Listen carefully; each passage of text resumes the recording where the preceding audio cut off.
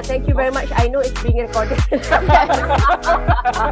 Sebab tadi tak dapat tadi sebab dengan bunyi kan. I pun dah macam jam sekejap. Mana datang bunyi tu tadi. So yes, terlupa nak tekan. So yes, recording is in progress. Yes, Kami datang secara langsung dari tempat yang berbeza. Bila saya fikir benda ni, saya rasa this is amazing. Yang kita buat rancangan TV dari rumah kita sendiri. Sesuatu yang kita tak pernah fikirkan akan berlaku. Tapi ianya sedang berlaku pada waktu ini. Sesuatu yang baru, teknologi is wonderful. Teknologi pula sebenarnya I think teknologi sekarang ni menjadi penyelamat lah bagi kita yang PKPD yang berada di rumah. At least melalui teknologi boleh lagi kita berhubung, melihat wajah-wajah mereka yang tersayang dan yang kami rindu dan sebagainya. But apabila dunia kembali seperti normal, maka kita pun akan menjadi hamba abdi teknologi juga. Betul. Betul.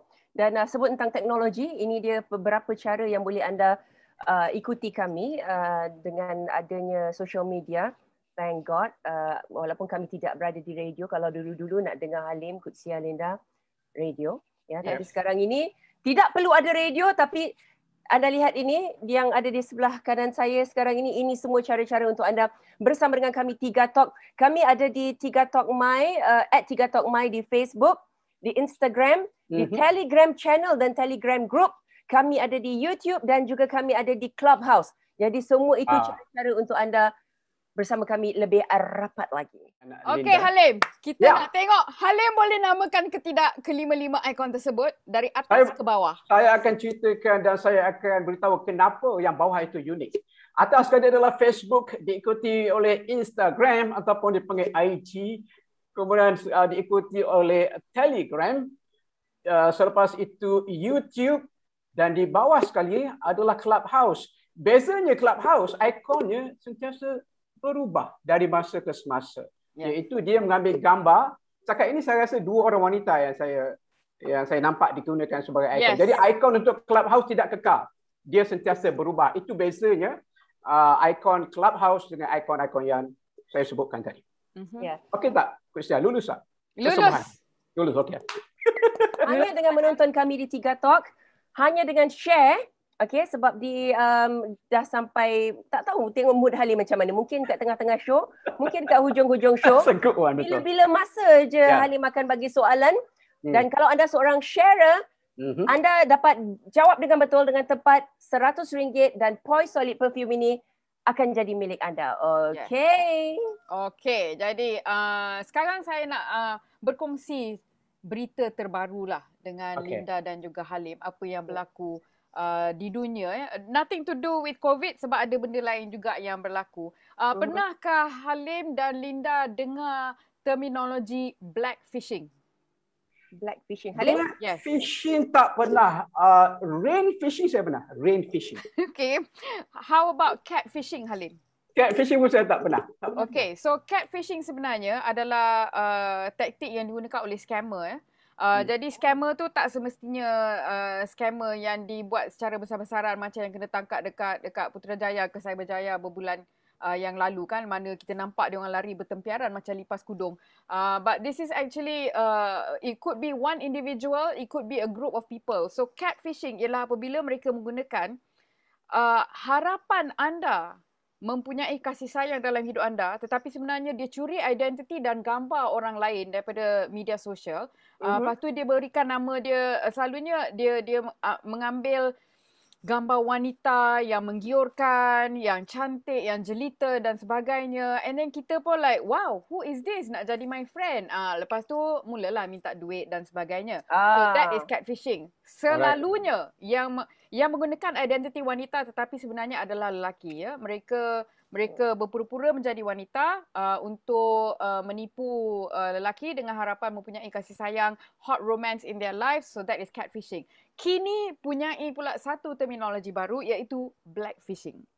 Blackfishing ni adalah sesuatu yang telah timbul selepas Black Lives Matter telah diwujudkan di Amerika Syarikat. Dan ianya adalah mengenai artis-artis atau individu, selebriti dan influencer yang sebenarnya menggelapkan kulit mereka seolah-olah mereka adalah artis kulit hitam. untuk menarik perhatian dan untuk mendapat support daripada peminat-peminat yang bukannya berkulit putih. So this is an example. This is Iggy Azalea. So mengikut gambar yang saya tunjuk ni, Iggy Azalea, dia nampak macam Kim Kardashian ke atau nampak lebih daripada macam perempuan Asia ataupun Nicki Minaj? Nampak macam Nicki Minaj. Yeah, but she's white and she's from New Zealand. Wow. Ya, so sekarang ni dia telah dituduh sebagai image yang dipaparkan dalam music video terbarunya menggunakan image ini. Beliau telah dituduh kini sebagai artis blackfishing. So that is the latest lah this week. Itu ada terminologi baru. Saya pun baru belajar semalam. Yes, I'm like, what is blackfishing? So this is blackfishing. Nak tahu berita yang terbaru ke Sia? Yeah. Apa dia? Hari ni 9,000 lebih. Dan saya duduk kat Selangor. Betul. Okey, Linda bawa balik kepada berita COVID. Tak apa. Kita nak tahu juga. Saya bukan nak bagi tahu berita, saya cuma dalam keadaan sekarang. 9,000 ni kira rekod kita ataupun kita pernah sampai 10? No. Tak. Okey, ini so paling sekarang tinggi ni so far. Dekat laman sosial kata on the 7th of July 7,000 lebih. 8 hari bulan Julai 8,000 lebih. 9 hari bulan Julai 9,000 lebih. Adakah esok bermakna ianya akan mencecah 10,000 dan ke atas? Allahuaklam, saya pun tak tahu, but you know that it is worrying. Dan sebenarnya kami semalam telah banyak berbincang 2 jam kan Clubhouse kita semalam. Betul. 2 jam. Sebab ramai yang nak lepas geram. But those are the latest numbers. Nampaknya Halim dan Linda, kita semua perlu berpindah ke Perlis. Perlis hanya satu hari ni. Wow. Satu. Itu je. So we should stop making fun of Perlis. Sebab Perlis kan every year dia akan bawa keluar hashtag Perlis so small. Perlis so wonderful right now. Satu je case. Satu aja. Yes. Dan congratulations orang-orang Perlis sebab hanya satu kes dan saya harap satu kes tu dapat di maintain ataupun dikurangkan terus ke kosong. Dan harapan sebagai orang yang duduk kat Selangor sekarang ni is that Selangor menyumbang 4,000 lebih, masih lagi juara. Kalau dengar lagu Wanita Sarawak ada tajuknya apa, juara juara dia teratas, something like that. So Selangor is always Juara carta tajuk dia. Halim ingat, bagus Halim. So Selangor is always that. Okay, dan semalam cakap pasal minggu ini masih lagi Selangor. Dulu Selangor adalah dikagumi kerana pasukan bola sepaknya. Yes. Kerana Mokhtar Dahrinya. Yes. Dan hari ini Selangor bukan dikagumi tapi digeruni. Digeruni satu hal, menjadi buah mulut orang mana-mana pun. Sampai dia orang duk cakap Selangor dibawa keluar daripada Malaysia sebab dia orang tak mau PKP lagi sampai. Sekejap. Ada saya berbincang dengan seseorang yang memang tugasnya ialah untuk berbakti terhadap rakyat Selangor. Jadi saya tak perlu sebut siapalah. Tapi saya tanya dia, kata, so macam mana kalau ni ada cadangan dekat Twitter dan sebagainya, kata Selangor boleh keluar daripada Malaysia. Dia kata kalau Selangor keluar daripada Malaysia, Malaysia tak ada airport langsung, tak ada international airport. Betul kan? Sebab Subang dan Sepang, kedua-duanya di Selangor, dan juga barangan tak boleh masuk sebab pelabuhan Kelang juga berada di negeri Selangor. Aduh. So, kena ingatlah sebelum you all demand, kita orang keluar sebab I budak Selangor. Aduh. Dan kita ketiga-tiga kita sekarang ni berada di Selangor. Ya, betul. That's right. Kita bertiga duduk di negeri Selangor. That's true. Jadi cocoklah Selangor secepat mungkin. Sebab saya fikir kalau apinya paling marak di Selangor, kita padamkan. Dan semalam cakap pasal kita punya perjumpaan lepas geram dalam Clubhouse tu, banyak benda yang kita bincangkan semalam. Tetapi ada satu benda yang saya baru belajar mengenai tarikh luput. Iaitu kalau saya beli sardin dalam tin, tarikh luputnya ada tulis tarikh dekat situ lah, 22 bulan 2 tahun 2022. Yes. Tetapi rupanya kalau kita beli barang makeup, tarikh luputnya tidak letak dari segi tarikh, tapi dia letak macam satu komunikasi rahsia yang yang saya sebenarnya tak faham dan tidak perasan. Boleh terangkan sekali lagi KK dan juga Linda. Kutia. Okay, so macam ni lah. Bila anda beli, saya bagi contoh ya, antara bedak ataupun bedak asas foundation. Bedak asas is foundation ni Halim. So, bila kita terlangkupkan benda tu, okay, kita terbalikkan, kat belakang tu dia ada punya label kan. So, katalah label bulat tu dia ada letak dia punya isi kandungan dia, dibuat daripada apa, warna apa, etc. etc. Lepas tu ada dia punya barcode. Selalunya di tepi barcode tu ada lagi satu bentuk bujur dengan nombor yang halus dekat situ. Mungkin font size tu, ya, mungkin font size 0.5 kot. Okey. Halus dekat situ, tetapi dia ada dalam kebujuran bentuk bujur tu ada ada dua nombor ya. Ataupun kadang-kadang satu angka, kadang-kadang dua angka. So dia akan letak 3, 6, 9, 12, 24, 36. You tak akan jumpa 5, 7, 10, tak ada. Ini sebenarnya adalah jumlah bulan yang anda masih boleh pakai produk tersebut selepas anda beli. So katalah anda beli produk tersebut, selalunya dia akan letak manufacturing year. So katalah manufacturing year 2010. Lepas tu dia letak nombor 36 dalam bentuk bujur tu, maknanya anda hanya boleh gunakan 36 bulan selepas anda membelinya pada tahun 2010. Maknanya pada tahun 2013 tu kena buang lah. Kenapa dia buat macam itu? Kenapa dia tak tulis tarikh? Apa sebab? Sebab ini adalah bukannya bahan makanan. So bahan makanan there is a science, sebab you makan benda tu ya. So kalau benda yang you makan, there is an exact date yang ahli sains boleh memberitahu bahawa benda ni sekarang ni dah tak boleh makan lagi dah. Yeah, and also it is compulsory. It is compulsory, tarikh yang tepat diberikan sebab benda tu anda nak telan masuk dalam perut anda. Tetapi bagi makeup, bagi lotion dan sebagainya tidak. You look like you don't believe me. No, I just remember saya ada satu alat solek yang masih ada bersama dengan saya daripada zaman roda impian lagi. Oh, Halim. Agaknya dah jadi kristal. Ya, tak boleh tu sebenarnya. Bedakku bukan kristal, bukannya hatiku bukan kristal. Bedakku bukan kristal. Paling lama barang solek dia boleh pergi berapa tahun? 3 tahun, 4 tahun macam tu? Paling lama selalunya yang saya tengok lah 36 bulan.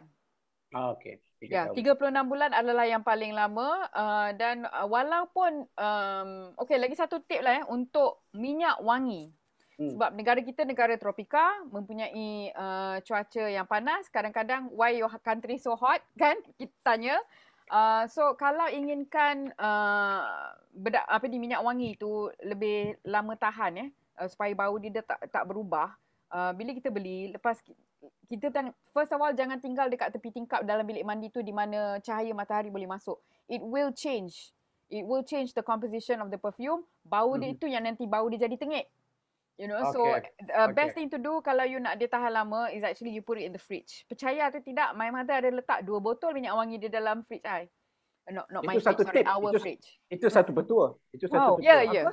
One tip. Terima kasih Coach Sia. Itu saya boleh share waktu saya bercerita tentang minyak wangi saya nanti. Jadi minyak wangi tu dia akan beku, kemudian dia akan cair balik. Macam tapi ada orang letak minyak wangi dalam kereta, which is dia akan merosakkan bau dan kena cahaya banyak. Sebab tu bila saya buat minyak wangi, saya akan letak minyak wangi tu dalam amber bottle, Halim. Apa itu amber bottle?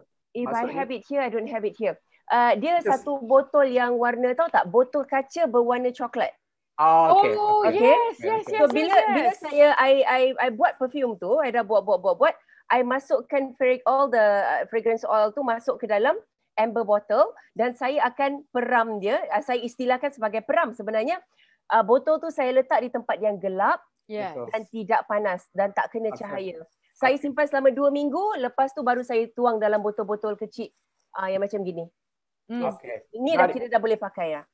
Macam actually, juga kalau kita beli olive oil kan, dia simpan dalam botol. Yes, tapi actually Halim, darah, kulit krim pelembap untuk kulit ke or lotion atau serum, jangan sekali-sekali kena cahaya matahari. So selalunya bilik mandi kita ada tingkap kan.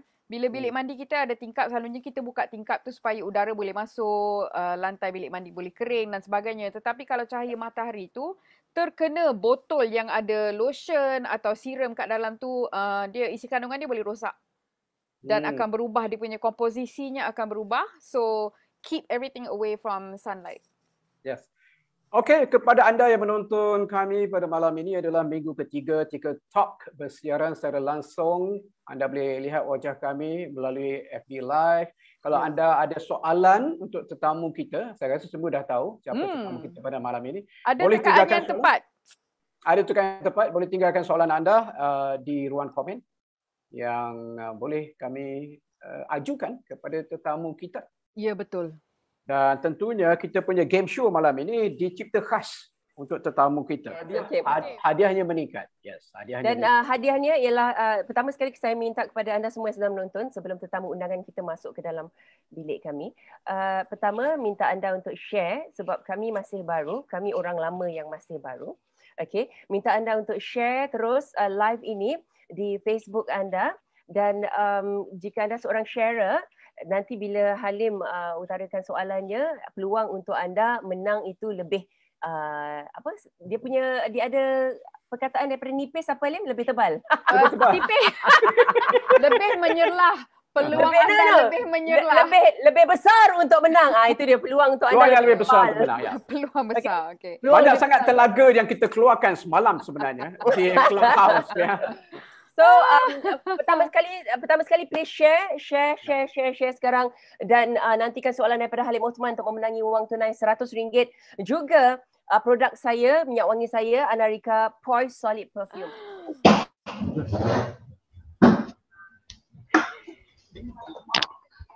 Siap dengan mask. Assalamualaikum.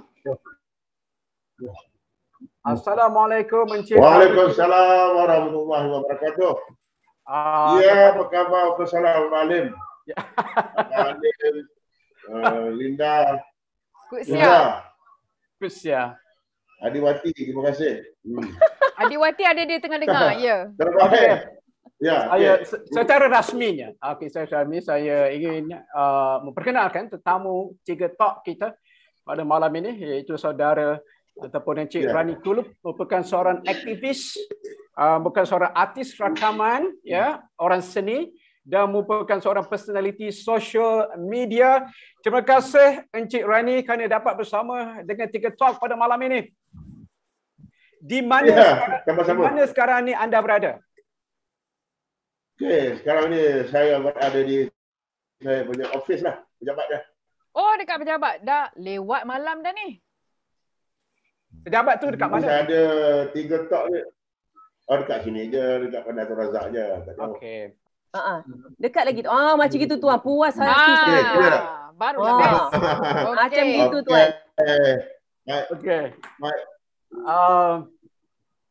Banyak soalan yang diminta ditanya oleh peminat TikTok. Jadi saya bermula dengan soalan ini. Dengan berenya, dengan speknya, dengan tongkatnya, apakah Tuan Rani berpakaian macam ni setiap hari ataupun hanya untuk majlis-majlis tertentu ataupun penampilan istimewa seperti malam ini sahaja? 15 tahun tidak lampau. Pakaian Ayanda Rani Kulub memang macam ni. Orang apa heran, dia ni tak ada baju lain ke, dia kata kan. Memang baju ni je.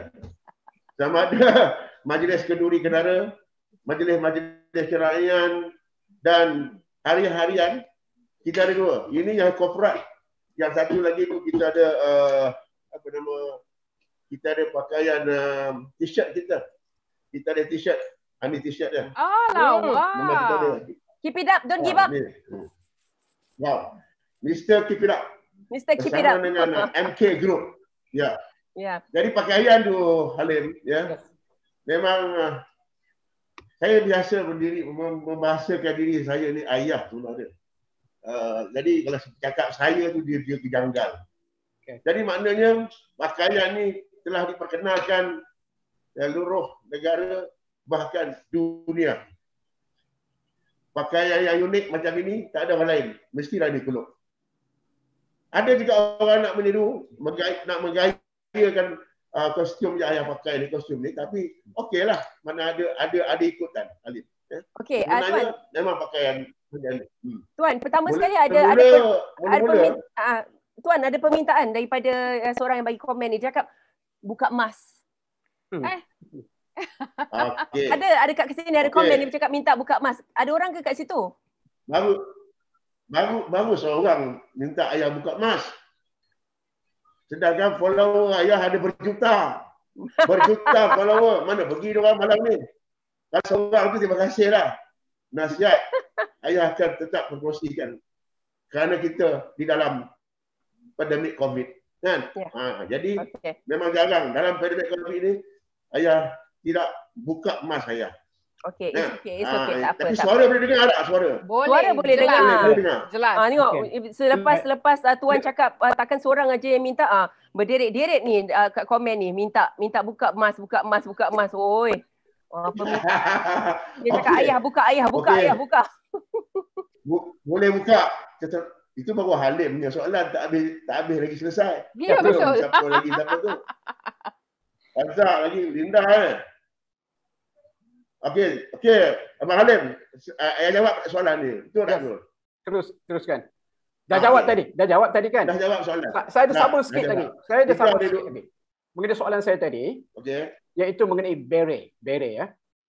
Beret adalah salah satu daripada kita panggil headgear ataupun pakaian kepala. Dan saya sendiri pernah pakai beret semasa saya menjadi presiden Persatuan Bulan Sabit Merah di Sekolah Menengah Sains Terengganu. Ya. Dan bila saya pakai beret, saya rasa sangat segak.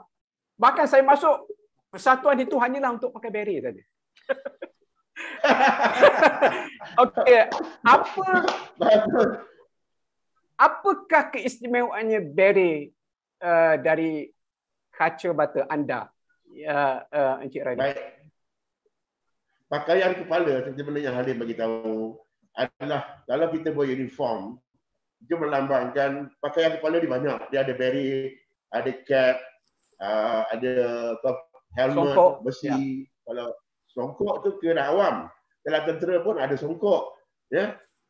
Dan begitu juga di dalam kita tengok pakai kepiah, pakai haji, pakai topi cowboy dan sebagainya, bareta.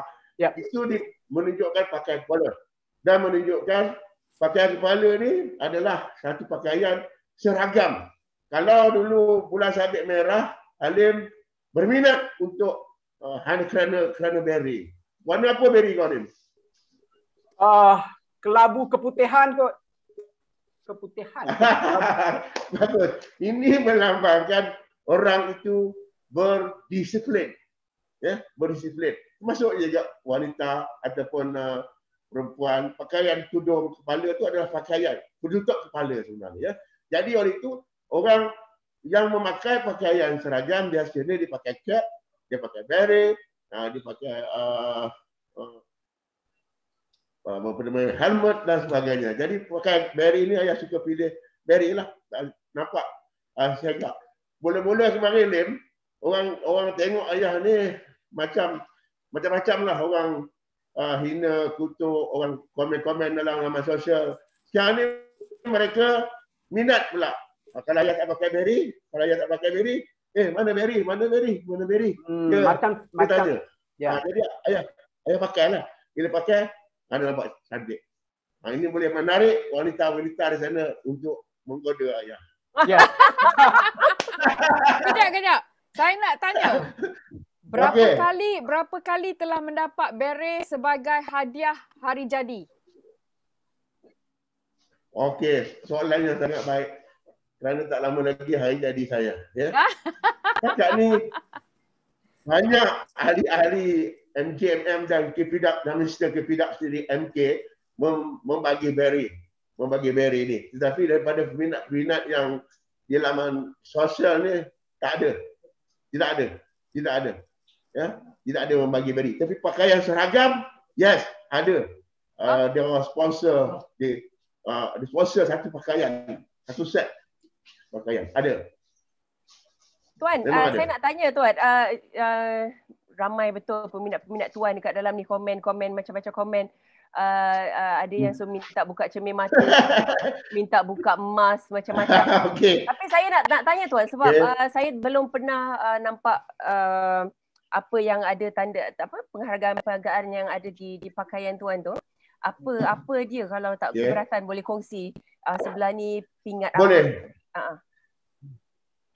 Selama 22 tahun saya berkhidmat di dalam ATM Angkatan Tentera Malaysia daripada 1973. Daripada ada orang tanya. Okey, 1973 sehingga tahun 95. Artinya 22 tahun semasa konfrontasi dan juga semasa panas komunis Maharajala di Malaysia, negara kita. Jadi perkhidmatan itu banyaklah kita dapat dibagi pingat-pingat bawah-bawah, bukanlah tinggi-tinggi sangat. Banyak. Yang kita tengok kita pakai ini pingat-pingat rendah, pingat rendah. Bukan pingat yang Ayahanda Rani Kulub kejar. Kita kejar penganas komunis, petualang negara. Pingat itu datang kemudian. Yang kita kejar utama masuk tentera adalah untuk membunuh dan dibunuh. Okey, itu yang saya baca juga tentang Ayahanda Rani Kulub ya. Dan sebenarnya macam diberitahu tadi, pada awalnya tu dulu memang dijadikan bahan jenaka. Sebab mula-mula bila orang tengok dari sudut penampilan tu, kan lengkap dengan cermin mata, dengan barrier-nya, dengan pakaian macam itu, orang pertama sekali orang jadikan macam seolah-olah bahan jenaka. Tapi cakap terus terang tuan, bila saya tengok tuan, dan saya memang menantikan tuan punya komen on every issue yang keluar dekat Malaysia ni sebenarnya. Secara tak langsung bila keluar je Rani Kulub punya quote ataupun Rani Kulub punya kenyataan, the first thing saya akan macam, betul juga dia cakap Dan setiap kali tuan buka mulut, setiap kali tuan komen, memang kena sedas tuan. Kena sedas pada orang-orang yang tertentu. Tak kira lah ahli politik ke, artis ke, founder-founder syarikat ke, orang-orang yang ternama yang memang patut dikomen. Tapi bila tuan bagi memang sedap tuan. Boleh saya tahu tuan, itu semua dari idea tuan sendiri ke tim yang bagi idea untuk quote-quote macam gitu tu? Siapa yang tanya ni? Saya Linda On tuan. Linda On. Okey. Tadi dia dah kenal kita, sekarang dia tak kenal kita pula.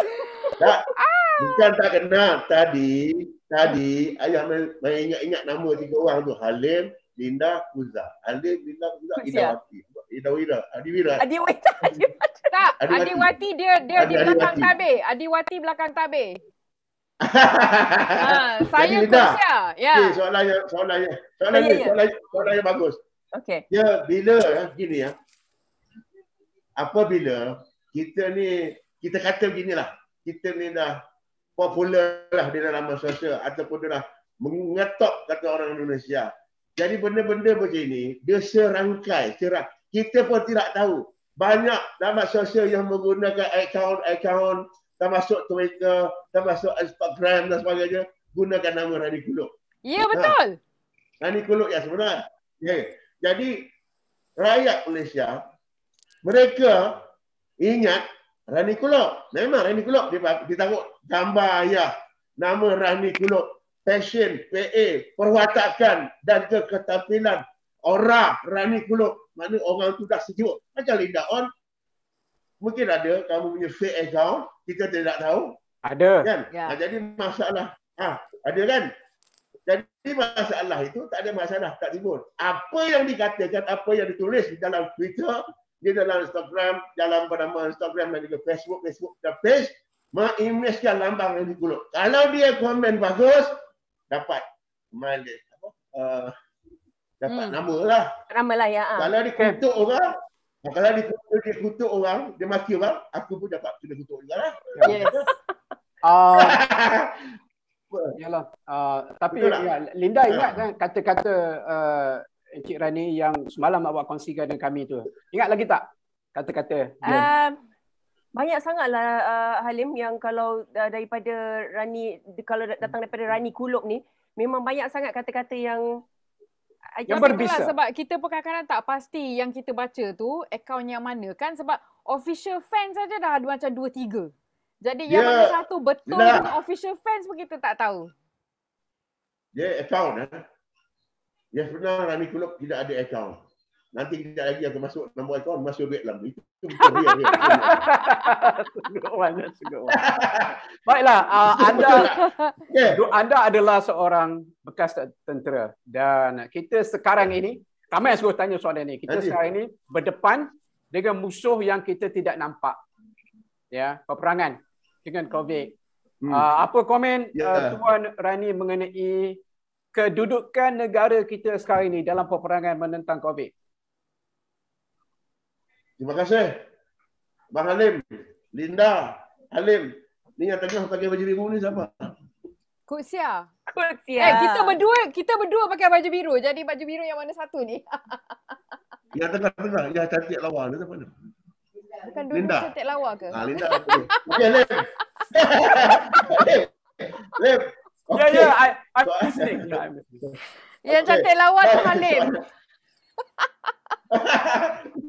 COVID hari ini kita lihat angka tu 9,000 Ya. 9,000 lebih boleh jadi besok 10,000 kan? Ya, betul. Rakyat Malaysia tak ada masalah ikut arahan kerajaan.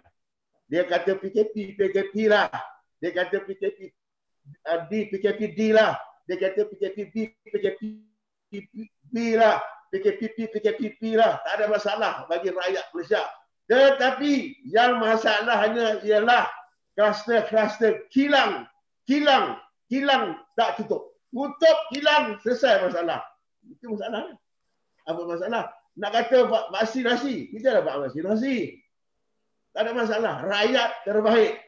Kerajaan tu sendiri kena tegas dalam mengawal pandemik COVID ni dengan cara kuat, dengan cara keras.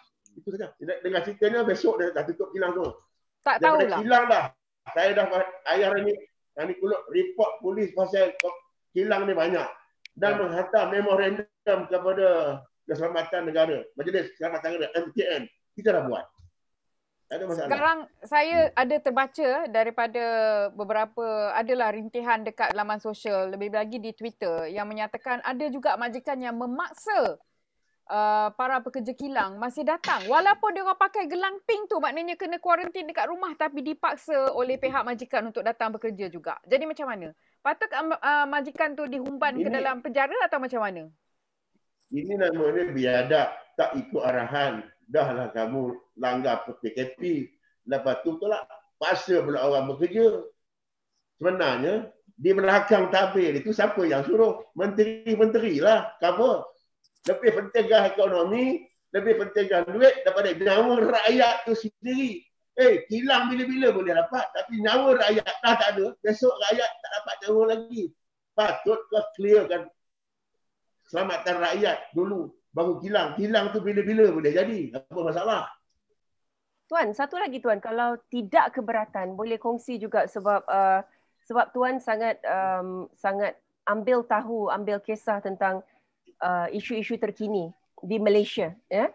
Dan baru-baru ni ada isu bendera putih. Mungkin Tuan boleh komen sikit dekat situ, Tuan. Baik, bendera putih tu bolehlah. Saya pun sokonglah. Bukan bermaknanya bila pasang bendera putih tu kita mengaku kalah, kita surrender. Tak. Makna melambangkan, mengambil perhatian kepada orang-orang yang ada duit, yang ada untuk ingin membantu. Sebab apa?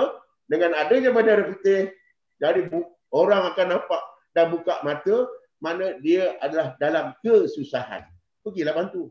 Dan Mr. Kepidak ni pun, MK ni pun, kami sentiasa memberi, membantu orang-orang berupa susah dan sebagainya, kita bantu. Dan kita menyerulah kepada orang-orang kaya, orang-orang yang ada duit, marilah sama-sama bantu orang yang patut dibantu. Jadi bendera putih, okey, dibenarkan. Bolehlah, pasanglah bendera putih.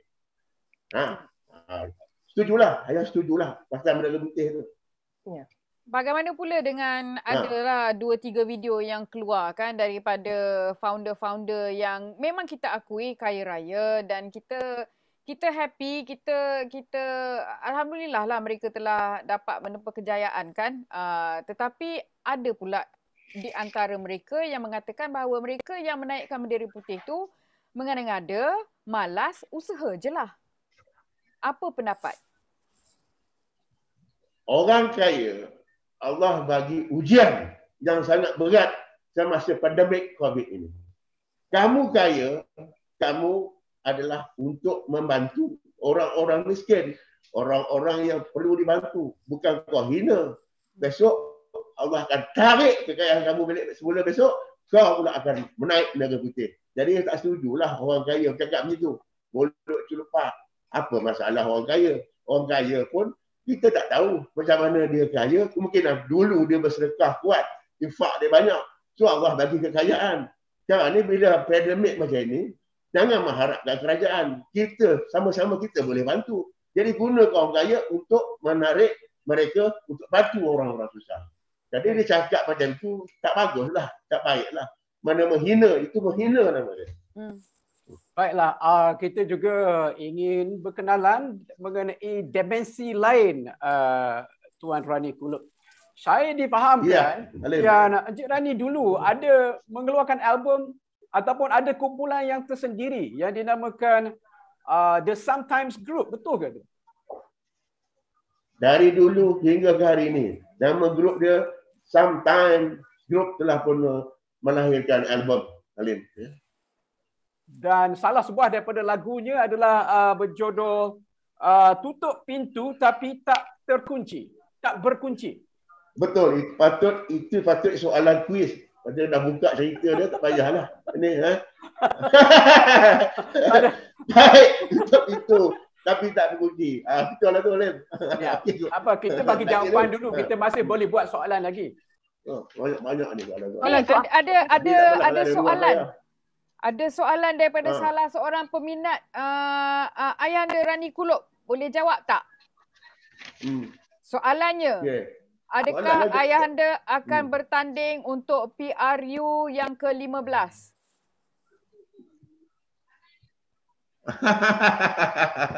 Itu soalan yang sangat bagus. Saya rasa bukan dia seorang saja yang tanya. InsyaAllah. Kalau bertanding untuk kawasan mana? Kawasan Bandar Tun Razak. Okey. Jadi bagi mereka yang sedang duduk bermastautin dekat Bandar Tun Razak, nantikan kemunculan wakil yang terbaru yang mungkin akan bertanding untuk PRU nanti ya. Wah, Linda dah umum kan? Presiden belum umum lagi. Bagus. Linda, memang keep it up. Presiden parti pun belum umum lagi. Tak apa. Don't give up. Suara ni ada yang... Lem. Apa dia? Lem. Yes. Dia tengah tu dia diam. Dia tak tanya je. Oh, dia tak ada. Tak ada. Saya pula. Saya tanya soalan. Okey. Yang tengah tu siapa tu maksudnya tu? Sebab kami ada gambar tu. Siapa tu? Mungkin dekat story. Oh, tak ada lah. Dia tak ada. Dekat FB Live dia tak ada. Itu kita punya orang dapur. Orang dapur. Okey, orang dapur tak boleh keluar. Bukan soalan. Saya nak dengar. Saya sendiri nak dengar Tuan nyanyikan lagu tu sikit untuk kami. Lagu apa? Lagu Tutup Pintu Tapi Tak Berkunci. Pintu tu ditutup tapi tak berkunci. Linda, standby. Kenapa Linda kena? Kau datang. Okey, standby Okey, baru nak joget. Kau datang bertemuku lagi. Kau datang untuk apa lagi? Kau datang, ku tak peduli. Tutup pintu tapi tak berkunci. Itu rakyat kamu. Wah, tutup pintu tapi tak berkunci. Macam mana? Tak faham. Bermakna. Yes. Bermakna apa ke? Maknanya asyik ada harapan untuk mencuri hatinya. Ya, saya dapat tangkap. Ini bukan macam Ramlah Ram. Ku kunci. Ingat lagi. Ramlah Ram. Apa maksudnya? Maksudnya itu lain. pintu tu belum ditutup Linda, penuh. masuk Ya. Linda, masuk dia. Lem, masuk dia, tutup pintu tapi tak kunci. Kita dalam satu keluarga, berkawan, ataupun kita ada kekasih, umpama dia, kalau kita marah seseorang itu, jangan marah habis-habisan. Tinggalkan 20%, 20%. Satu hari esok, kita akan bersama dengan dia. Jangan kita benci orang tu habis-habis. Contohnya, kalau suami isteri marah-marah, betul dia bercerai. Akhirnya besok dia tebus talak balik. Itu maksud dia tu. Saya faham sangat. Mana ada ruang lagi. Faham? Right. Ada ruang dan peluang lagi Ya, sebab saya ada cerita. Itu dia. Masa saya kecil dulu, apabila saya merajuk, saya kadang keluar daripada rumah. Saya duduk dalam sampan. Kemudian tengah malam saya balik, pintu itu ayah saya tutup tapi tidak berkunci. Saya dapat masuk balik ke dalam rumah. Okey. Betul. Ya, betul. Itu maksud dia, tutup pintu tapi tak berkunci. Alright. Okay. Lagi soalan dah. Ada soalan daripada kenapa Kusia nak tanya, silakan Kusia. Mungkin soalan yang sama yang Linda nak tanya. Dia kata tahniah ayahanda sebab akan bertanding di Banatul Razak tapi nak tahu parti mana. Okey. Parti itu ayah tak boleh umum lagi. Tetapi orang dah tahu parti mana. Dah pun dirasmikan. Iaitu dalam Parti Putra. Parti Putra. Parti Putra. Ya. Okey. Ya. Okey, saya rasa soalan tu sudah pun terjawab sebab ada beberapa yang ada beberapa orang yang menanti soalan yang sama. Okey, ayahanda Rani Kulub, ada yang tanya kepada saya, kalau Tuan boleh tolong jawab. Andai kata Tuan lah yang dilantik sebagai Perdana Menteri dalam keadaan dan situasi sekarang ni Tuan, situasi yang sedang bergolak politiknya, situasi yang sedang menakutkan orang dengan pandemiknya, kalau Tuan lah tiba-tiba adalah PM kita sekarang ni Tuan, apa yang Tuan bakal lakukan? Pertama sekali, orders, perintah. Jangan lost control. Sebagai pemerintah, kita ada, bila ada dia punya kabinet, menteri, pegawai khas dan sebagainya. Yang ini sepatutnya jalankan tugas. Kerja serentak, tak ada masalah. Arahan satu saja. Itu saja tak begitu. Tak masalah. Kita cukup dengan badan-badan kebajikan dan sebagainya. Kena ikut arahan lah, tegas. Kerja serentak. Dan untuk melawan COVID ni... Lost command. Sama juga COVID.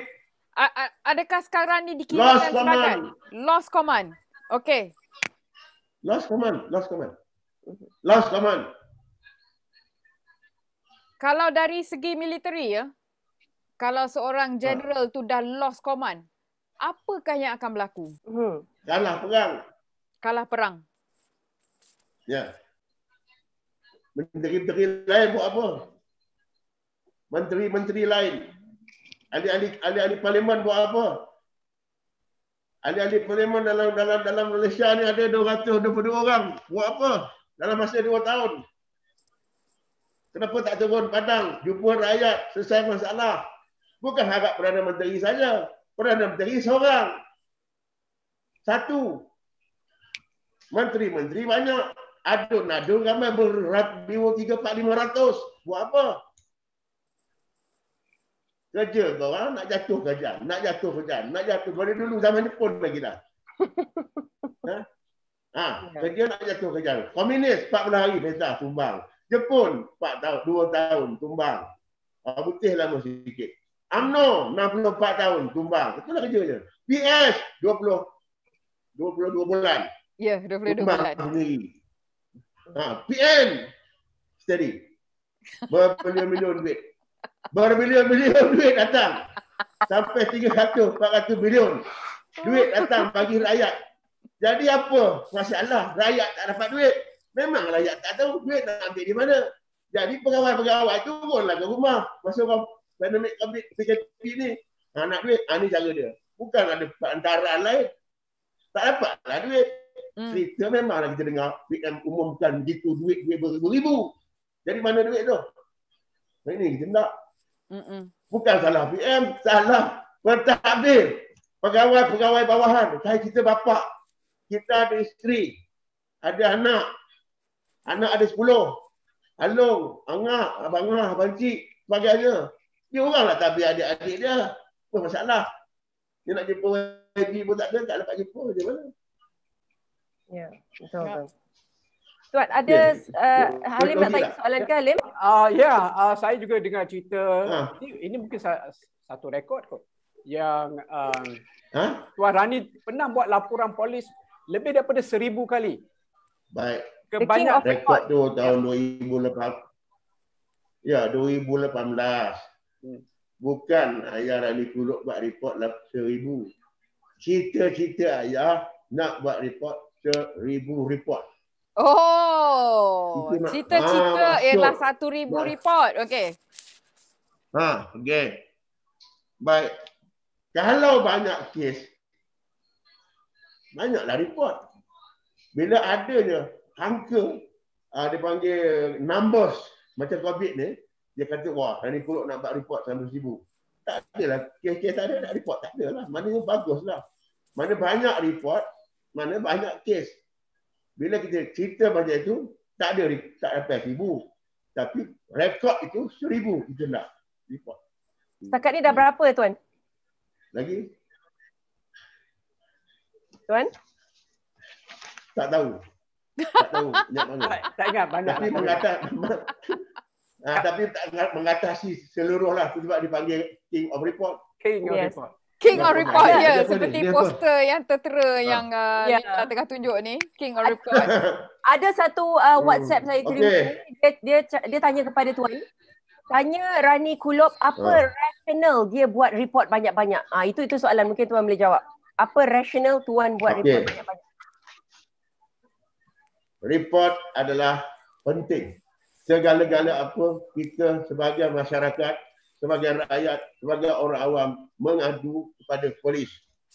Kalau bab jenayah, bab perkara-perkara yang boleh mendatangkan kemudaratan kepada negara dan juga kepada individu, buat report pada polis. Bukan sekat polis je, kita report kepada immigration. Kita report kepada seluruh jabatan-jabatan menteri kalau isu berkaitan berkenaan. Rasionalnya, bagusnya report ni ada tercatat. Katalah satu kes, semua kata nak report. Ayah begitu pun buat report. Mana ada tercatat dah report. Polis mengharapkan report kita sebagai orang awam. Polis dan masyarakat berpisah tiada. Itu maksud dia. Kalau kita tak report, mana kita tidak ambil tahu, tidak hacker apa yang berlaku di dalam situasi, dalam keadaan negara kita ataupun di dalam kampung kita, taman kita semua. Kenapa kita tak report? Kenapa nak takut tak report? Penting sangat report. Kerana itu untuk pihak kuasa polis mengambil siasatan. Satu lagi soalan yang saya rasa terpanggil untuk tanya ialah mengenai isu buli yang kadang-kadang tidak dilaporkan. Pernahkah secara peribadi Tuan Rani sendiri pernah melalui pembulian? Sebenarnya, Lim, masa sekarang ini, ragging ni, dia ada dua. Satu report, satu maklumat. Laman sosial ni juga, satu report sebenarnya. Satu maklumat sebenarnya. Kerana apa? Kes buli di sekolah, di mana-mana lah. Dia tular di dalam laman sosial. Itu kira report. Pihak berkuasa, PDRN dan sebagainya, SKMM. Benda ni ditengok betul. Hari ini berlaku. Jadi pihak polis kadang-kadang dia tak sempat tunggu report. Dia terus ambil tindakan. Maknanya satu report juga laman sosial ni ada baik, ada tak baik. Benda-benda lama pun dia tular balik. Itu kira maklumat. Sebenarnya sudah ada report. Kalau tak ada report, polis akan bagi tahu buat report bagi seluruh rakyat. Yang menyambut Rani Kulub dan tim dia MJMM pergi buat report. Itulah di report dia. Bagus soalan tu, Lim. Gunakan laman sosial untuk memberi maklumat. Bukan untuk mengait mengaibkan orang, bukan untuk menghina, mengutuk. Itu tak bagus. Ya. Okay. Dan adakah report setakat yang Tuan tengok beratus-ratus report yang Tuan dah buat tu kan? Ada follow up tak daripada report tu? Ataupun lepas you report and that's it? Habis cerita? Ada orang kata, sudahlah Rani Kulub, kau buat report buang masa, habis kertas polis saja. Polis buang tu sampah.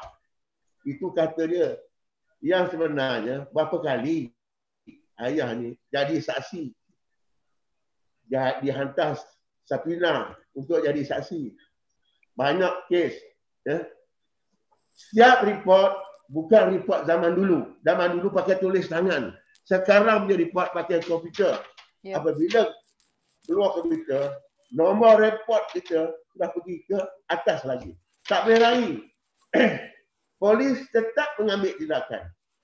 Polis bukan seperti mana yang netizen buat tomahan mengatakan polis itu tak ambil tindakan. Tak betul.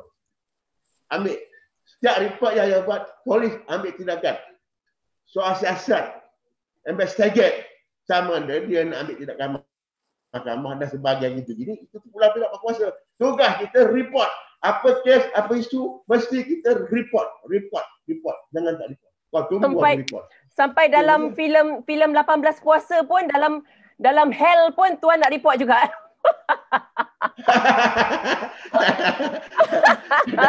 That is a very good cameo, Tuan. Very, very good cameo dalam filem tu. Itu ayah tambah-tambah sendiri dialog dia. Kesian dia dalam filem tu, kesian dia cerita tentang tak puasa ni masuk neraka lah apalah semua. So dekat dalam neraka tu, dalam neraka tu lagi lah tengok cerita apa tu? 18 puasa satu filem yang bagus sebab dia I think bagus sangat filem dia. Mamat Khalid punya filem. So dia Khalid, okay. Dia cerita tentang orang ni tak puasa, and then kalau tak puasa apa jadi? Masuk neraka. And then dalam neraka tu dia ada stage dia. Ya, dan dia gambarkan keadaan. Dan dalam neraka tu dia jumpa dengan pelbagai nama-nama besar, termasuklah Rani Kulub pun ada dekat. Lepas tu yang best, Rani Kulub dia tanya, ini nak report ke tak ni? Nak report. Lepas tu yang funny. Film tu. Ni, Mila. Ya. Lim, dialog dia gini, di dalam 18 puasa tu, orang masjid, orang politik, orang segala orang semua masuk neraka, Lim. Mila. Ayah ni dia silap masuk. Jadi salah belok kan macam mana tu? Penuh memang dipanggil masuk kan. Silap masuklah. Jadi yang tukang soal dia penunggu neraka tu, aku tanyalah, ini apa nama tempat? Aku cakap kan, aku di mana sekarang? Neraka, dia kata. Pasal apa aku duduk neraka? Orang dia kata, silap. Aku hantar aku balik. Itu cerita dia. Dia hantar balik, mana neraka pun tak terima. Rani Kulub, Alim. Baiklah. Saya ada soalan. Lanjutan daripada soalan itu. Sebahagian daripada perkara yang mungkin kita tidak sedar dalam zaman sekarang ini, orang suka share, katakan video, okay? Ya, berata-rata kita dapat video. Jadi Encik Rani Kulub ada falsafah tersendiri tak? Apa video yang kita boleh share, apa video yang kita rasa tak payahlah kita share, kita simpan untuk kita? Ada sedikit guideline untuk warga Malaysia, Puan?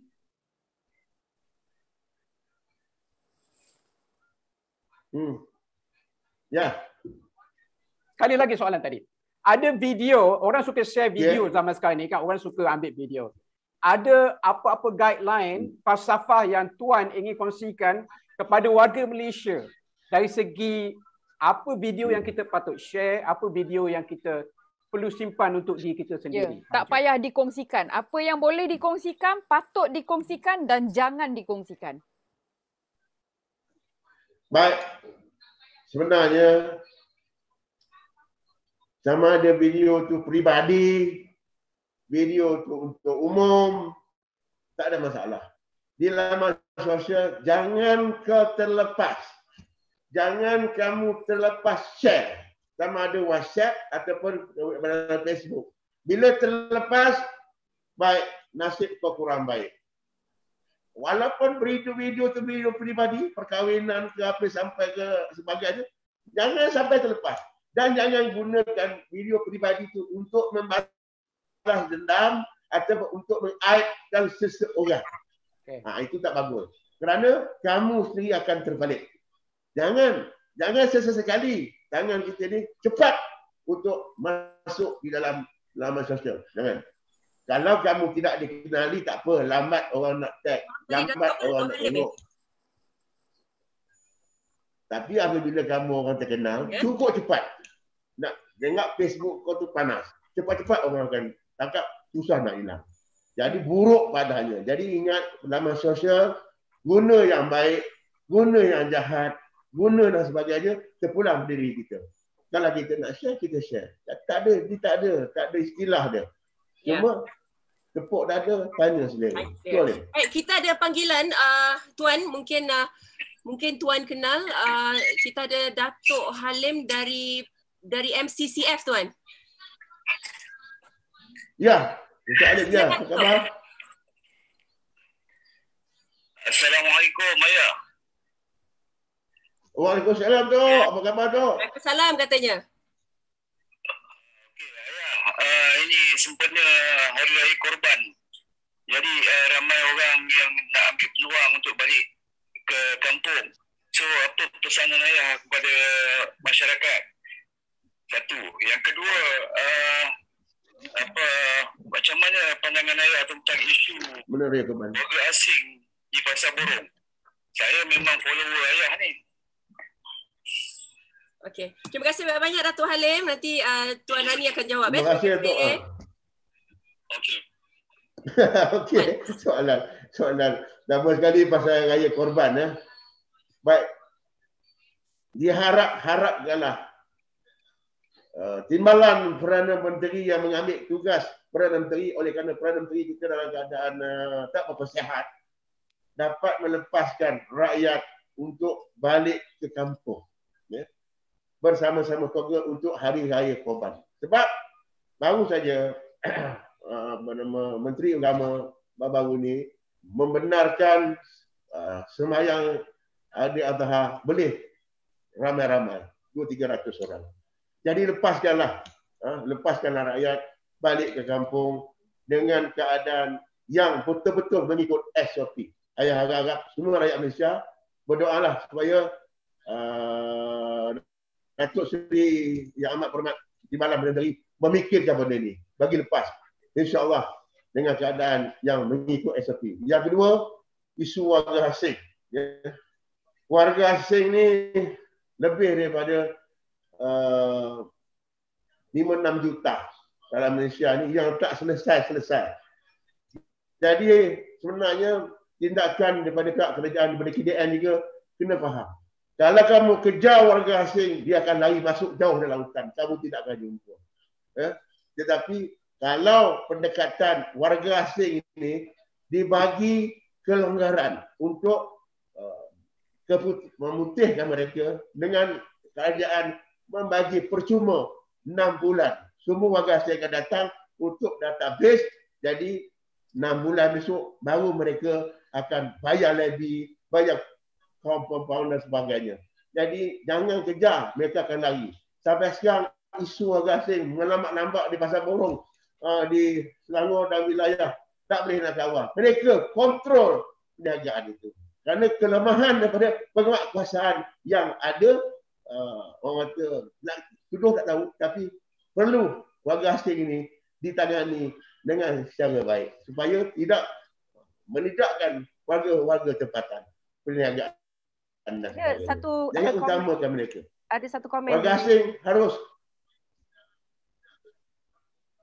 Ada satu komen di Facebook Live kita ni, katanya terbaik Ayah selesai 2 dos vaksin dan swab test, bolehlah balik raya. Itu katanya. Itu mungkin ini masukkan oleh Tuan tadi lah, nak balik tu kena ada SOP tertentu. Ya, sebab yang memang dalam perbincangan tak silap saya seawal bulan Mac dan April telah pun dibincangkan juga bagaimana mereka yang telah pun menerima kedua-dua suntikan sama ada mereka akan dibenarkan. Sebenarnya masa tu saya dengar dalam perbincangan. Jadi seperti yang ayahanda kata tadi, diharapkan bolehlah dipertimbangkannya bagi mereka yang telah pun divaksinkan, mungkin boleh dipertimbangkan perjalanan merentas negeri itu. Betul. Dan satu lagi saya suka komen ni, katanya jadikan warga asing kuli, jangan jadikan tauke. Itu yang kita perasan sekarang Kut Sia Halim, Tuan. Warga asing ni kadang-kadang kedai tertentu dia bukan kuli tau, dia tauke, dia bos kat kedai tu tau. Yang kuli-kuli tu orang kita. Betul. Dan lagi satu Linda, warga asing naklah dibezakan dengan penduduk tempatan. Sebab apa? Sekarang ni warga asing sudah sama taraf dia dengan warga tempatan. Sebagai contoh, kalau di mana-mana pasar-pasar raya, restoran, mereka membayar di kaunter yang sama. Harga pula tu, harga rakyat Malaysia. Katalah dia beli ayam RM15 seekor. Kita beli RM15. Warga asing pun beli RM15 juga. Jadi tidak ada perbezaan. Kita ada dua kaunter. Satu untuk warga asing ataupun dan satu lagi untuk tempatan. Jadi kalau warga asing, ini harga. Kerana mereka tidak payah cukai apa-apa. Mereka mengambil untungan di atas rakyat Malaysia. Ini kita kena menangasi. Contoh, saya pergi Australia, saya pergi New Zealand. Orang luar, kaunter dia lain. Tak sama. Orang tempatan, kaunter di situ.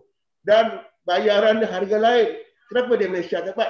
Dan saya cadangkan lagi, adakan satu bank untuk warga asing. Segala-gala gaji-gaji, semua masuk dalam bank itu seminggu, baru dia boleh keluar. Baru ada pendapatan. Baik, Halim. Seterusnya, Halim. Okay. Saya rasa saya dah bersedia untuk memperkenalkan game show kita untuk malam ini. Okey. Tapi sekarang ni persoalannya, adakah ayahanda Rani Kulub bersedia untuk menjawab soalan Halim? That's a good one. Ayahanda, Tuan, Encik. Tak perlu putar apa-apa. Yes. Tajuk permainan kita ada kena-mengena dengan tetamu kita pada malam ini, iaitu Tuan Hamba, ayahanda. Jadi kita namakan permainan ini, milik siapakah beret ini? Jadi saya akan tunjukkan 3 gambar dan setiap gambar itu, kali pertama saya tunjukkan gambar itu, dia ada satu bintang yang menutupi sebahagian daripada wajah personality itu. Jadi tugas anda adalah untuk meneka siapakah personality di sebalik bintang itu yang memakai beret. Kita pergi dengan beret yang pertama. Milik siapakah beret ini? Siapa tu Tuan? Tuan Rani. Siapa tu agaknya Tuan? Tuan tengah buat selfie ke apa tu Tuan? Bukan nak tengok dekat-dekat sikit mana dia. Dia beret mana ni? Siapa di tu Tuan? belakang saya. Di belakang saya.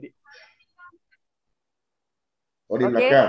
Simpan jawapan siapa anda. Nak suruh siapa teka ni? Tuan pun boleh teka dan penonton pun boleh teka. 3-3 jawapan dengan tepat bakal menang malam ni. Saya boleh bagi pembayang. Kristia dapat tak rasa-rasa? Tidak tak kali dapat? ini. Minggu lepas saya bernasib baik, tapi minggu ini agak sukar. Dia adalah seorang penyanyi yang pernah melahirkan sebuah lagu yang berada di carta lagu-lagu popular minggu ini antara yang paling lama. Di tahun berapa? Dekat berapa? Akhir 70-an, awal 80-an. Okey, saya tahu. Saya tahu. Siapa Tuan? Agaknya siapa Tuan? Tuan ada teka tak? Okey, kalau saya teka, kalau betul dapat duit lah. Hadiah kan? Okey, mana? Nama dia, iaitu JJ. Okey, kita tunggu tengok pada Halim dulu. Apakah itu jawapannya? Memang betul. Betul. KJ daripada kumpulan Carefree. Lagu yang saya masukkan tadi adalah Rindu Bayangan. Antara lagu yang paling popular. Rindu Bayangan. Tuan boleh nyanyi sikit lagu tu. Bila aku tenang renung gambar wajahmu. Sambung Tuan. Masa tu ayah dalam hutan tengah operasi. Tak ingat. Ingat lirik. Tahun 70-an. Kita akan pergi. Ayah juga nak bagi hadiah juga. Nak bagi hadiah juga. Ayah nak bagi hadiah baju ayah lah. Baik. Terima kasih. Boleh elemen ayah. Tengok lagi sekali nak tengok. Kau tunggu. Ni belakang. Kau tunggu aku report. Ini apa nama Mr. Keep It Up baju ni baru dipromosikan. Hari ini saja kita dah post kepada seluruh peminat ayah lebih kurang 75 live baju ni. Wah, okey. Ini untuk corak dia ada sikit kemerdekaan lah sebenarnya, hari kemerdekaan kita. Ayah juga nak buat kuis, kita nak bagi 3 live baju. Ya. Okey. 3 live baju. Jadi mereka akan pergi ke laman Facebook. Radhi, mana satu laman Facebook dia nak pergi? No. Mr. Keep It Up. Mr. Keep It Up. Okey. Mr. Keep It Up. Mr. Keep It Up. Mr. Keep It Up. Okey. 3 orang saja. 3 orang saja, Lin. Berapa orang? Okey. 1 orang saja. Okey. 3 orang. Okey, jadi Tuan boleh tak kalau satu pemenang kita tu, Tuan bagi dengan satu t-shirt Tuan tu, boleh? Boleh, seorang menang Maknanya seorang saja Tuan Jadi pada malam ini kita ada wang tunai RM100, kita ada Poi Solid Perfume daripada dan t-shirt. Dan t-shirt. Kau tunggu aku report daripada Mr. Keep It Up. Okey, di belakang saya. Tajaan MK. Tajaan MK. Okey. Soalan kedua. Milik siapakah? Seterusnya. Barry ini. Nampaknya macam seorang wanita. Wanita yang memakai Barry ini telah mencetuskan satu kontroversi yang menggoncang dunia. Okey. Wanita Rumah Putih. Okey, saya tahu. Sekejap, saya repair lampu yang terjatuh sekejap. Tapi yang ini belum lagi kan Halim kan? Kita belum soalan lagi. yang ketiga nanti baru anda boleh anda yang share, anda boleh jawab soalan yang ketiga tu yang kita nak cari pemenang. Okey, saya tahu ni siapa Halim. Okey. Sebab saya kenal hidung dan dagu. Itu adalah seorang ketua negara. Yang ada affair tu. Yes. Ya, betul. Dia ada affair dengan ketua negara tu. Okey. Yes. Dan pada masa itu gambar inilah yang tersebar luas. Siapa agaknya Tuan? Tuan rasa? Tak pasti siapa dia. Tapi ada beberapa orang yang telah pun menjawab. Ada ke seorang ni kata Era Fazira. Cek. Ada Era Fazira. Queen Elizabeth pun ada. Queen Elizabeth pun. Okey. Okey, baiklah kita akan dedahkan. Siapa dia? Siapa dia? Jawapannya adalah tentunya Kusia Monica Lewinsky. Yang telah ada perhubungan sulit dengan bekas Presiden Amerika Syarikat iaitu Bill Clinton.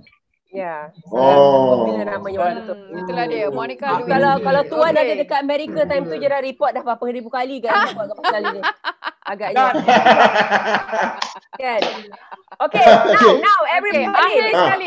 This is the time. Inilah untuk anda bersiap sedia, untuk para sharer semua bersiap sedia sebab jawapan yang betul yang ini yang akan kami pilih untuk menang wang tunai RM100, Poi Solid Perfume daripada Anarika dan t-shirt Kau Tunggu Aku Report daripada Mr. Keep It Up, Tuan Rani Kulub. Silakan Halim Osman. Siapa cepat dia dapat. Alright. Okay. Saya akan cari jawapan yang betul dulu. Halim Osman. Siapa? Tuan agaknya siapa Tuan? Era Fazira. Hampir tapi tidak tepat. Pakai Barry juga. Yes, dia suka. Dia pakai baru-baru ini saya ambil gambar dia. Hanya baru-baru ini. Baru-baru ini first time saya tengok gambar dia ambil pakai beret. Siti Nurhaliza. Hampir tapi tidak tepat. Sebab Siti juga pernah memakai beret kerana dia adalah anggota wataniah kan. Ya. Betul. Ya. It's time for the reveal, Halim. It's time for the reveal. Mari kita tengok pemilik beret ini. Siapa tu? Jawapannya adalah Linda On. Wow. Kita ada pemenang yang berjaya menjawab dengan betul. Beliau adalah seorang sharer. Beliau telah share dan beliau adalah orang pertama yang jawab dengan betul. Tahniah, anda baru saja memenangi wang tunai RM100. Terima kasih kepada Halim Osman. Anda baru saja memenangi Poi Solid Perfume by Ana Rika. Terima kasih kepada saya Linda On. Dan juga t-shirt Kau Tunggu Aku Report daripada Mr. Keep It Up, Ayahanda Rani Kulub. Anda baru menang ketiga-tiga hadiah itu. Kami ucap tahniah kepada Encik Halim Ishak. tahniah. Okey. Kita sekarang telah pun menjangkau 1 jam bersama dengan jemputan khas kita untuk hari ini. Jadi tiba masanya untuk kita mengucapkan selamat malam kepada tetamu kita. Tetapi sebelum tu, Halim ingin tanyakan sesuatu yang istimewa ataupun kata-kata hikmah yang mungkin boleh diberikan kepada penonton Tiga Talk sekarang ini. Ya, Cik Rani, kata-kata akhir daripada anda untuk berikan semangat kepada warga Malaysia. Baik, terima kasih kepada 3 orang ahli panel dan penerbit Adiwati. Yes. Adiwati, terima kasih banyak. Terima kasih Linda On, terima kasih Kutsia. Uza, terima kasih Halim. Uzia, terima kasih Halim. Terima kasih penonton-penonton. Terima kasih sekali. Terima sekali kepada rakyat Malaysia. Anda hendaklah bersabar, bertenang, jangan banyak melatah mengeluarkan video-video yang boleh membenci, tak usah. Ya. Kita rakyat Malaysia harus steady, harus sporting, menangani pandemik COVID ini dengan keadaan baik dan mengikut arahan dan perintah kerajaan SOP. Teruskan vaksinasi. Siapa yang belum divaksinasi lagi, terus anda pergi vaksinasi. Badan kita sihat, tubuh kita sihat, kita selamat, rakyat Malaysia pun semua dalam keadaan baik. Kita nak negara kita dalam keadaan aman, stabil, keharmonian dan kemakmuran. Jangan menggunakan laman sosial untuk melepaskan marah, melepaskan geram ataupun memaki hamun siapa-siapa. Tak usahlah. Ya. Di laman sosial dengan di alam maya adalah berlain. Sahabat kita dalam laman sosial dengan di alam nyata berbeza. Jadi kita kenal antara satu sama lain dan sentiasalah kita berdoa kepada Allah SWT supaya pandemik COVID ini akan habis dan hapus seperti sedia kala. Amin ya rabbal alamin. Terima kasih semua sekali dan selamat kita semua sekali. Amin. Terima kasih banyak Ayahanda Rani. Terima kasih diucapkan. Seperti mana tagline Ayahanda juga iaitu #Keep It Up, Don't Give Up. Begitu juga daripada kami di Tiga Talk. Terima kasih kerana membela nasib-nasib mereka, rakyat-rakyat kita, rakyat-rakyat Malhain yang memang memerlukan pembelaan. Terima kasih banyak daripada kami di Tiga Talk untuk Tuan. Keep It Up, Don't Give Up. Thank you. Terima kasih. Selamat malam. Selamat malam semua. Assalamualaikum. Kita jumpa lagi di Tiga Talk. Assalamualaikum. Terima kasih. Dan Waalaikumsalam. terima kasih banyak Tuan. Daripada anda semua jangan lupa untuk follow kami. Kami ada di pelbagai platform. Kami ada di Facebook, kami ada Instagram, kami ada Telegram group dan Telegram channel. Kalau di Telegram group tu kita boleh berkomunikasi. Linda, Halim, Kutsia boleh berkomunikasi bersama dengan anda seperti kita bermessage, kita lebih rapat, lebih mesra di situ. Kita ada di YouTube channel Tiga Talk My juga dan kami ada di Clubhouse yang akan yang ke udara setiap minggu hari Khamis jam 9.30 malam di Clubhouse. Ya. Sebelum kami menutup tirai untuk episod malam ini, ingin saya kongsikan bersama anda yang menonton, tak kisah waktu live ataupun rakaman rancangan ini, iaitu kita kalau bolehlah jenguk-jenguk jiran kita, lagi-lagi bagi mereka, bagi anda yang menduduki apartmen atau pangsapuri, flat dan sebagainya, sebab seringkali bila kita sampai ke rumah, kita buka pintu, kita masuk dan kita buat hal kita sendiri dan kita tak tahu sama ada jiran kita sihat, sama ada dia sudah jatuh, sama ada dia sakit, kita tidak tahu sebab selalunya kita bawa hal kita sendiri kan. Jadi kami meminta anda sebagai pesanan Khidmat Masyarakat 3 Talk, kami meminta anda jikalau boleh jenguk-jenguklah jiran tu dan tanyakan khabar mereka sebab ada juga beberapa kes yang telah muncul sejak kebelakangan ni di mana ada di antara mereka yang sebenarnya telah dijangkiti COVID tetapi tidak boleh meminta tolong kerana terlalu lemah dan jiran-jiran mereka tidak mengenali mereka dengan begitu baik dan mereka tidak dapat ditolong seawal yang mungkin. Jadi kalau boleh jenguk-jenguklah jiran kita. Ya. Okay. Terima kasih. Dan kalau anda ingin lepaskan ground, apa saja emosi yang perlu dilepaskan minggu depan hari Khamis, malam Jumaat, sekali lagi kita akan bertemu di Clubhouse. Itu adalah kelab pribadi kita. Keluarkan apa saja yang perlu anda keluarkan dan macam satu majlis yang sangat dekat antara kita semua, satu majlis terapi untuk membetulkan keadaan emosi kita bersama dalam kita mengharungi pandemik yang kita lalui sekarang ini. Saya Halim Osman ingin ucapkan terima kasih kepada anda dan selamat malam Malaysia. Saya Linda On. Assalamualaikum. Saya Kaha. Assalamualaikum. Kita jumpa lagi.